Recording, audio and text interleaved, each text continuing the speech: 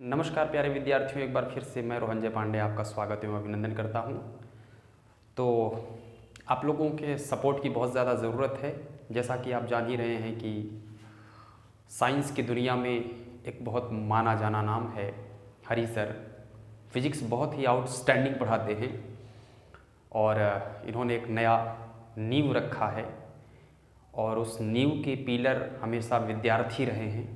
इनका ये मानना है कि विद्यार्थी जिनके साथ होते हैं उनका कभी कोई कुछ भी नहीं बिगाड़ सकता और ये हमेशा विद्यार्थियों के प्रति डेडिकेटेड रहते हैं। तो मुझे बड़ी खुशी हुई यह जान करके कि इन्होंने एक नया प्लेटफॉर्म इस्टेब्लिश किया अपने बच्चों से जुड़ाव के लिए, अपने बच्चों के लिए, अपने प्यारे भाई बहनों के लिए। जो इन्होंने सोचा, जो विचार किया, मैं इनका बड़ा तहे दिल से सम्मान करता हूँ। और एक छोटा सा आज क्लिप वीडियो में बनाने जा रहा हूँ, तो आप थोड़ा सा देख लीजिएगा। जैसे एक टॉपिक होता है रस आपने पढ़ा होगा, बहुत सारी किताबों से आपने देखा होगा कि किसी भी पंक्ति में रस कैसे चयन किया जाता है।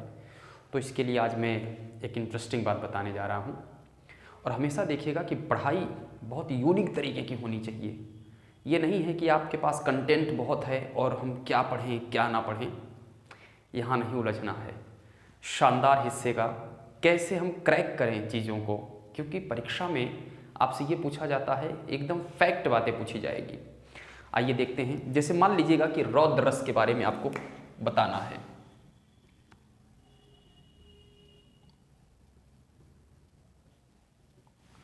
तो सबसे पहले आप ये सोचिएगा कि रौद्र रस अगर बनाया गया या रौद्र रस अगर किसी पंक्ति में निकाला गया तो उसके पीछे कुछ बेसिक एलिमेंट्स होंगे। हम उन बेसिक एलिमेंट्स का काम करते हैं। गुस्सा कब आता है आप सोच करके बताइए।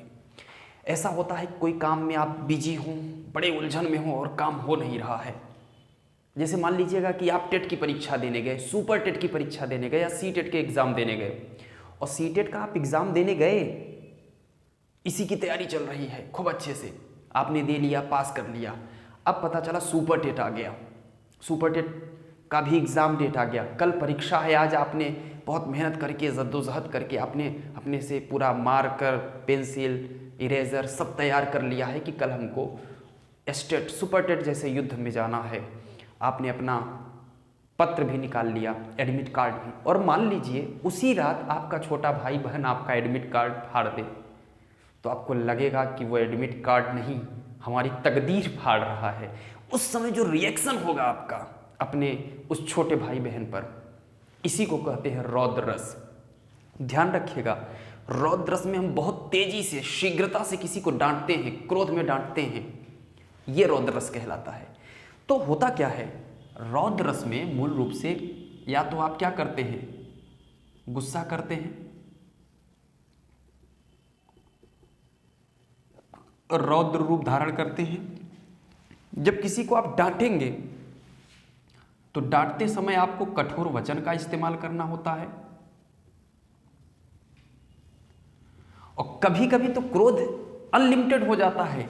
इसके लिए आपको तोड़ना फोड़ना शुरू करना पड़ता है। आप कुछ तोड़ना फोड़ना शुरू कर देते हैं।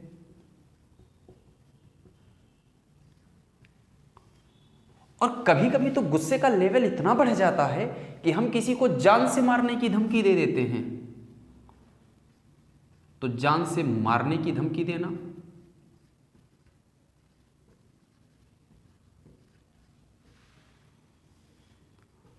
और कभी कभी क्या होता है कि आपकी आंखें लाल होंगी, चढ़ा करके इस तरीके से बोलेंगे। तो ये सारी चीजें, रिस करना जिसे कहते हैं, रिस करना, ये रिस है, क्रोध है, रौद्र है, ये सब हैं क्या? ये सब वास्तव में क्रोध के पर्यायवाची के रूप में आते हैं। ध्यान रखिएगा, कोई पंक्ति दी गई होगी, उनमें से, इनमें से कोई न कोई एक एलिमेंट उस पंक्ति में मौजूद होगा। इसमें से कोई न कोई एक बात मौजूद होगा। आपको पता है कि जब भगवान श्री रामचंद्र जी सीता स्वयंवर में, उनसे जब धनुष भंग होता है, धनुष टूटता है, तो अत्यंत क्रोधित होकर के परशुराम पहुंचते हैं और उन्होंने कहा जनक के दरबार में कि ये जनक, जरा बतलाओ तुम, धनुहा को किसने तोड़ा है, इस भरी स्वयंवर में सीता से नाता जोड़ा है। ये जो उनके वचन हैं, ये अत्यंत कठोर वचन हैं। तो ऐ जनक जरा बतलाओ तुम, धनुहा को किसने तोड़ा है, भरी स्वयंवर में सीता से नाता जोड़ा है, तो तोड़ने की बात आ गई। धनुहा को किसने तोड़ा है, धनुष को किसने तोड़ा, तो क्या आया, तोड़ना शब्द आ गया। तोड़ना आते ही आप तुरंत बता देंगे इसमें क्या होगा। अच्छा, आपको पता है कि कभी कभी हम ऐसा करते हैं कि क्रोध का सीमा एकदम पार कर ले जाते हैं, पर ध्यान रखना है, क्रोध में किसी को मारा नहीं जाता, केवल दंड देने का भाव आपके अंतर्गत आएगा, आपके मन में आएगा। यही जो दंड देने का भाव होता है, यही दंड देने का भाव ही रौद्र रस को जन्म देता है। इसी को ही रौद्र रस कहा जाता है। कहते हैं कि आपने सुना होगा, जब अभिमन्यु की मृत्यु हो जाती है तो ऐसी स्थिति में उनके पिताजी शपथ लेते हैं। उन्होंने कहा कि हे पुत्र, मैं तुम्हारी सौगंध खा करके कहता हूँ कि जिसने भी तुम्हें मारा है, कल शाम का सूरज ढलने से पहले अगर मैंने उसके ज़िंदगी का सूरज नहीं डुबा दिया, मैं तुम्हारा पिता अर्जुन फिर कभी गांडीव को हाथ नहीं लगाऊंगा। गांडीव उनके अर्जुन के धनुष का नाम था। तो इस तरह का रिएक्शन है। उन्होंने कहा कि सूर नर असुर गंधर्व किन्नर आदि कोई भी कहीं, कौन, सुर नर असुर गंधर्व किन्नर आदि कोई भी कहीं, कल शाम तक मुझसे जयद्रथ को बचा सकता नहीं। यहाँ जयद्रथ को सीधे सीधे जान से मारने की धमकी दिया जा रहा है। और उसी संवाद में कहाँ अर्जुन युद्ध लड़ने के लिए कहाँ तैयार होते हैं, नहीं तैयार होते हैं, तो उनको प्रेरित करते हैं भगवान श्री कृष्ण। तो वही प्रेरित कर करके तब उन्हें युद्ध के लिए पूर्ण रूप से तो वही कहा गया है कि श्री कृष्ण के वचन सुन अर्जुन क्रोध में जलने लगे। श्री कृष्ण के वचन सुन अर्जुन क्रोध में जलने लगे, सब शील अपना भूल कर करतल युगल मलने लगे। इस पंक्ति में क्या आया है कि श्री कृष्ण के वचन सुन अर्जुन किसमें जलने लगे, क्रोध में जलने लगे। रौद्र रस का स्थायी भाव क्या होता है, क्रोध। तो श्री कृष्ण के वचन सुन अर्जुन क्रोध में जलने लगे, सब शील अपना भूल कर करतल युगल मलने लगे।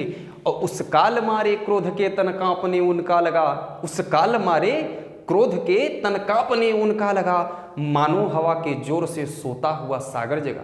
ये तो सुना ही होगा।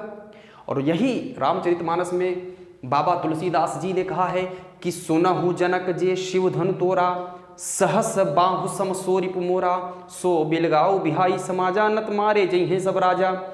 वहां पर क्रोध में कहते हैं कि हे जनक, जिसने भी शिव धनुष को तोड़ा है वो तत्काल मुझे उपस्थित हो जाए मेरे सामने। वह व्यक्ति सहस बाहु की तरह मेरा शत्रु है, और अगर यह बात वो स्वीकार करने के लिए नहीं आता है तो इस स्वयंवर में उपस्थित समस्त राजाओं को मैं जान से मार दूंगा। इसमें क्या है, जान से मारने की धमकी दी गई है। आप देख लीजिएगा, जितना भी उदाहरण आपको रौद्र रस का मिलेगा उसमें कहीं ना कहीं ये एलिमेंट्स आपको अवश्य मिलेगा। मैं आपको एक उदाहरण करके दिखा दे रहा हूं। जैसे कहा गया है, श्री कृष्ण के वचन सुन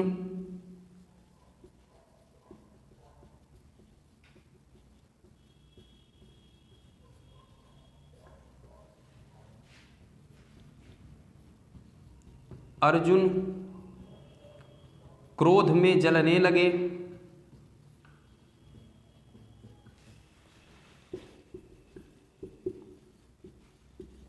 सब शील अपना भूल कर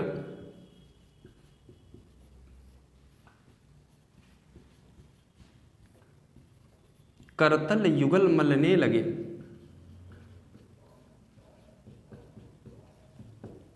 यहां रौद्र रस है। तो ऐसी स्थिति में अब आप चाहे जितना उदाहरण देखेंगे, सारे उदाहरण में धूमधाम से ये चीजें नजर आएंगी। आप इसका खूब अच्छे से प्रैक्टिस कर लीजिएगा।